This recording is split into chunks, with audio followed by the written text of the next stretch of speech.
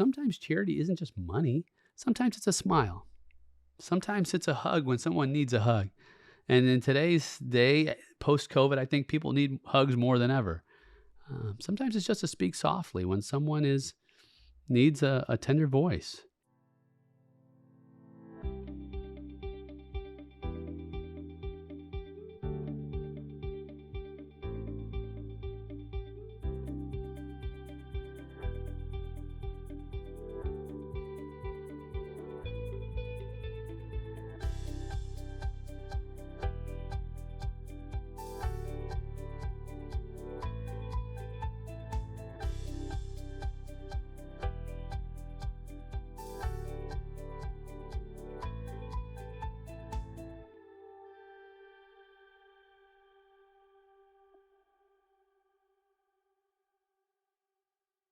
Hello, my friend, and welcome to this third installment of our series together on mastering vision. We have these every Friday. There are solo Friday episodes. It's just you and I in the trenches going through one more tool for your leadership tool belt to help you do what?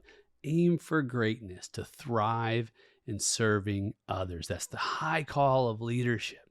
And so as you do that, we're talking about one of the most resonant and foundational aspects of leadership, vision, and how to truly master our vision rather than surrender to the context we have around us. The first episode, we talked about having an idea of the irresistible offer.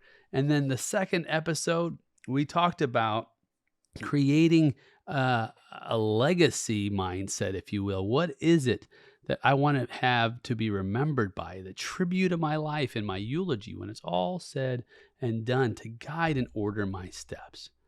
And now, today, we're going to talk about very specifically different areas and aspects of our lives that are part of creating a vision that motivates us to live that irresistible offer of a life. And so what I love to do is spend time as big vision people. How about this? Imagination, dreaming, having the mindset that anything is possible. Because as soon as we start thinking that, well, I can't do this and I can't do that and I can't do this and that, those are roadblocks. They impede the possibilities. And vision by definition is optimistic. So when we're talking about vision, we want to talk about no limits. And you think, well, Nate, I've thought about that before and I crash and burn. And I just don't want to let myself down or feel negative because I had too lofty of a vision. And what I would say to that is, if you aim for the moon, you're going to get everything in the way. When I used to do different types of things in my life that I thought were really difficult to do, I'd set out the goal. And I wouldn't just say, okay, I'm going to hit that today. I would have realistic expectations about what was possible day by day to make that long range vision possible. For example, running a marathon. At some point I could barely run a mile. So what did I do? Well, I jogged a quarter mile.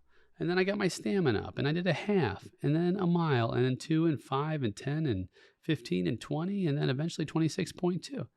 And so it's not that I have to think, well, oh my goodness, how can I do this major thing that I put on my vision that I really want to make happen?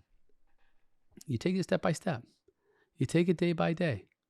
And so for me, I've got very clear aspects of my vision that I ingrain in my daily behavior to move forward, because every moment of progress increases my confidence, right? It increases my courage because small victories build courage. So if you set your life up for small victories to reach for that big victory, just day by day, But you have to have the vision anchored out into the future so that you know where you're going. And then make sure that you're focused so that when distractions come, and it's been said, I love how it's been said, that distractions come masquerading as opportunities. And the only way to tell the difference between an opportunity and a distraction is by checking it against your vision. So you have to have that in place. And you have to have your vision in place in different areas of your life. So specifically, what are my needs in life, right? I start with my needs. So what is the vision for what I need? These are non-negotiables for me, right? They have to be a part of my life. So for example, for me specifically, I have a need for meaningful relationships. Like those are non-negotiable. I have to have meaningful relationships in my life to feel fulfilled, to feel progressing, to feel as if I am significant in contributing to this world. Really connection and love. So my need to grow and contribute are my highest and most fulfilling needs in my vision. So as an insatiable learner, an academic, an educator, I rest my head each day with gladness, knowing that I applied my learning to helping someone that day. It drives me with such a great intensity. So think about like what you need. Think about what you need in life that gives you life. Remember, we're talking about waking up each morning or each evening or each afternoon or whenever you wake up with the irresistible offer of a life to say, this day is irresistible to me. And guess what I get to do? I get to craft that. And you say, well, my circumstances are such that I just can't. Maybe I'm in a dead-end job, what I would call a dead-end job. Or maybe my marriage is in shambles, or I have a terrible relationship with my kids, or my health is failing, or my entire life trajectory is going nowhere that I thought it would at this stage of my life, right? That's true, and that happens every day. But guess what? It's not the end of the story, because your life is a story. Every story has a beginning, a middle, and an end. And so unless you've breathed your last breath, which you haven't because you're listening, you're not at the end. This story is still being written.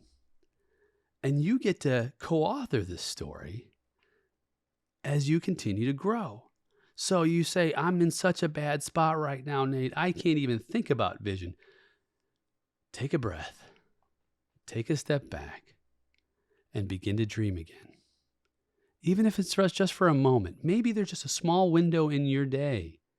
And maybe you have to do something to take yourself out of a state that is in discouragement, that is in combativeness, that is in indecisiveness, and move into a state of commitment.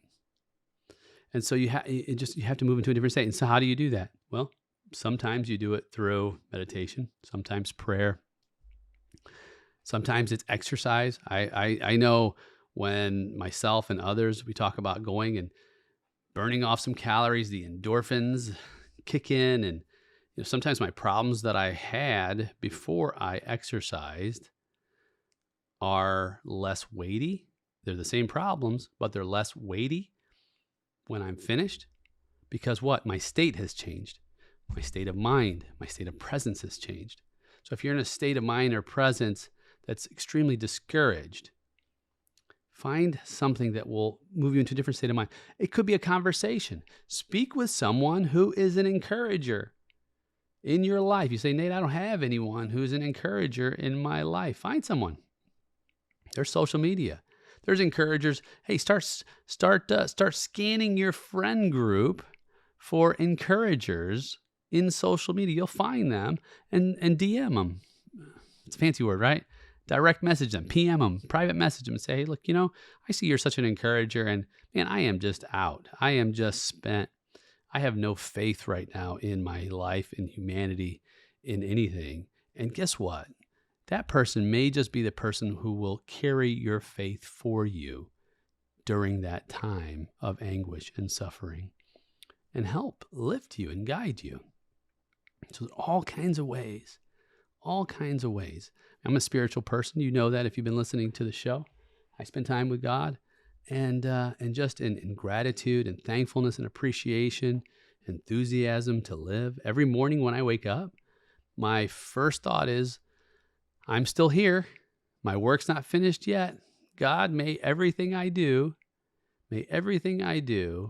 bring you glory as I move to love you and love others. That's my mission. And it frames my day because I need that. I need that. But you can see, friend, as I explain my vision for this specific area of my life, you can see that clarity powerfully guides my actions and also adds energy and fuel to how I operate today. So I start with that. Start with your needs. What do you need? And you'll see what's lacking in your needs right now. And once you can see what's lacking, you can then begin to create a strategy to help you with that. Surround yourself with people who will help you move forward. Now, and of course, it's not just about you, right? You say, well, don't I sounds kind of selfish because it's all about me. But no, it's not, because there are people who are blessed by blessing you. So allow people to love you, allow people to invest in you. And if you're the kind of person who will receive that, not because you're greedy, but receive that because you can then give it away and add value to the lives of others, people will invest in you. People will invest in you. So then I move into the next phase of my wants. For my vision, my future? What I want in life? And so these can be tangible, they can be intangible. For me, areas of improvement: to be fully present with every interaction, to listen more, speak less, to do more with less, to give more, my best. These are just personal for me. Those are wants. Ask yourself, what are my wants in life that I know are part of my vision for what? The irresistible offer of a life. And then I move into the next area, which is my spiritual life. Now you might say, hey, I don't have a spiritual life. I don't believe in God. I'm an atheist. I'm a deist. I'm an agnostic. I have a strong faith in a particular religion. When I look at being spiritual, spirituality, I like the way it's said that being spiritual it's concerned with sacred matters. Spirituality, it's an adjective. It's the form of the word spirit, which comes from the Latin word for breathe. So it means things that animate life. So spiritual things can be things that you talk about, anything that goes beyond mere physical existence. So for me, my spirituality is in everywhere I go, everyone I see, everything I do, that Nate Sala disappears, and that the love of Christ shines so brightly that others are drawn to his irresistible comfort, his grace, his compassion, his love. My spiritual, beyond the material. So beyond the material, here's another one. I walk with unmitigated integrity, without a blemish to my witness, that I honor God with the right motives at all times, by making decisions not by what is legal or illegal, not by what is right or wrong, but rather what is wise rather than foolish.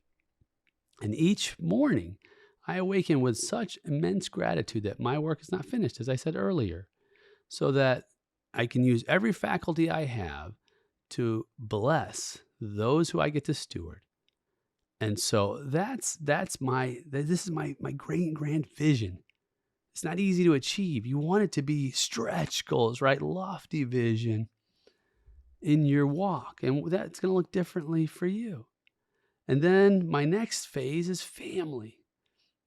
What is my vision for my family?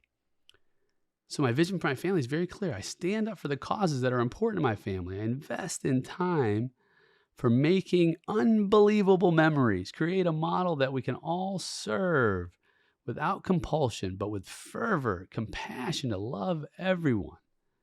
And I listen to my wife intently so that no other inhibitions present.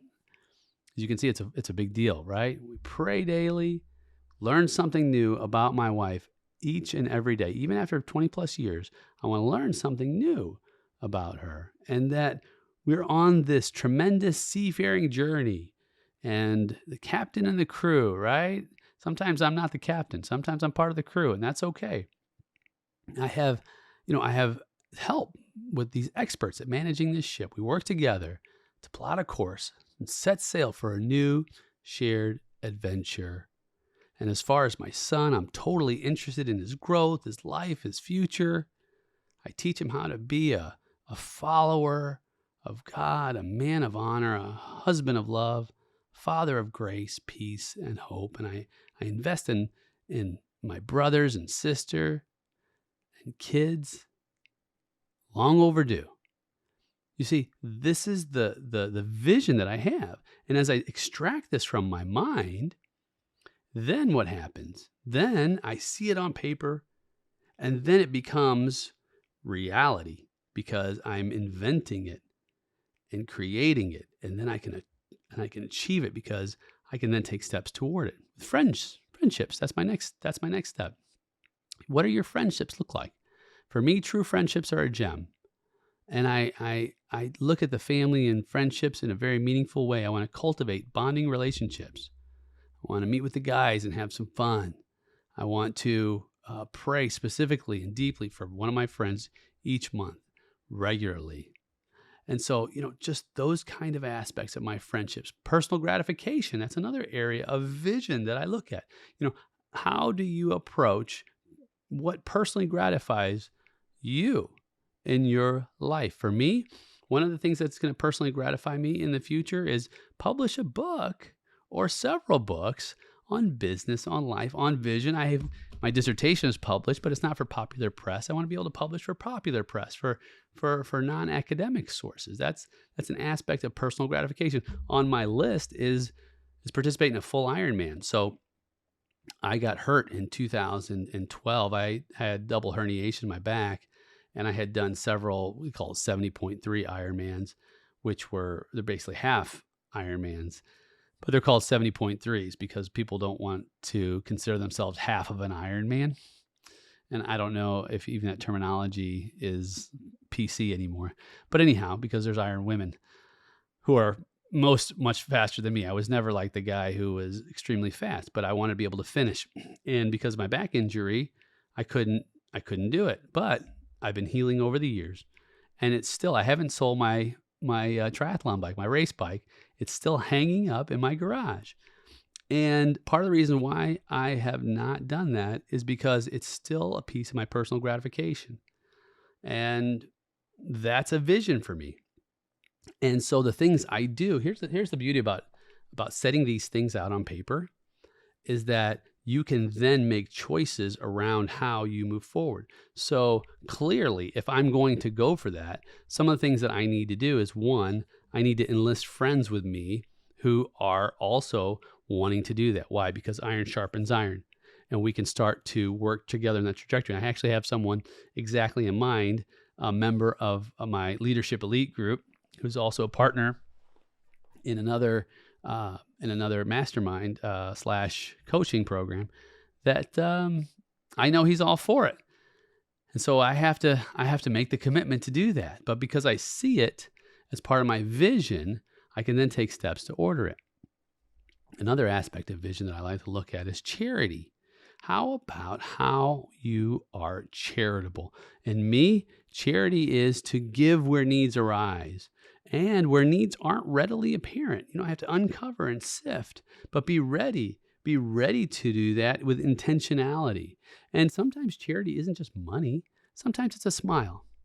Sometimes it's a hug when someone needs a hug. And in today's day, post-COVID, I think people need hugs more than ever. Sometimes it's just to speak softly when someone needs a tender voice.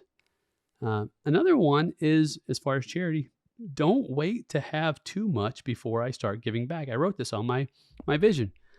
Not to wait too long. Why? Because tomorrow's not guaranteed. So I say, well, when I have another, X dollars, maybe then I will give more. I don't want to wait. Give where it's asked. In fact, I started giving wherever I was asked. In other words, if someone said, would you like to round up for, the children's hospital, I'd say yes. $1 for this or $1 there. It doesn't have to be a lot of money, but I'm getting into the habit of just saying yes and giving. Now you might say, I'm on such a fixed income, Nate. I can't do that. That's not an option for me right now. I'm not saying that that's what you have to do. I'm just saying that for me, my own vision is to walk in that kind of charity. So my mantra is, he who has the least last wins, not necessarily from the perspective of I squandered it all, but that I gave it all away. And then the next aspect of my vision I look at is health. My health is important because having a vision for health means that I will have the vigor to be able to do the kind of things I want to do to reach that tribute. So this is one of my health visions. A core so strong that I can carry my wife as I did when I lifted it over the threshold when we were first married, because my core was weak, and that's one of the reasons why I had that double herniation. So that's part of my vision, feeling fully alive with abundant energy to laugh, love, live, sharpness of mind through disciplined strengthening, healthy eating choices, adequate rest, reduction of stress, rehabilitation. Another aspect of my vision is my hobbies, right? Hey, what are your hobbies? Sometimes we don't even look at hobbies in life because we're so busy with things. I love to read. I love to write. I love to speak. I love to garden. A little bit of piano. I'm terrible at playing the piano, but I like to just tickle the keys from time to time. Take my son out, go to cool car shows, share our love for the artistry and design and function, just things that I can do that add more value to my day. Why? Back to the original intent, an irresistible offer of life. And there's others. There's on travel, on not regretting. One of my things for no regrets is to forgive everyone, to repent to those who I've wronged in the past. In fact, I did this very recently. I had a friend, an old buddy, who I wasn't a good friend to, and we were best friends in high school. And then when we got out of high school, I started my first business, and I really got wrapped up in that. And I started taking our friendship for granted, and I neglected that friend. And my friend ended up going to the hospital for an injury, and I was working. And I didn't go visit him, which I needed to go visit him. And that was kind of like the breaking point of our relationship. And he didn't speak to me ever again. And I felt terrible for that. And this is we're talking about right after high school. So, fast forward 26 years. And so after I wrote this vision out, I went and I couldn't find that friend, but I found my friend's spouse online. And I sent a message and just expressed my sorrow and expressed my regret and my appeal for forgiveness in this area so many years ago. And now I didn't hear back, and that's okay. And I said there's no need to even respond, but I just want to share that I recognize that I missed it.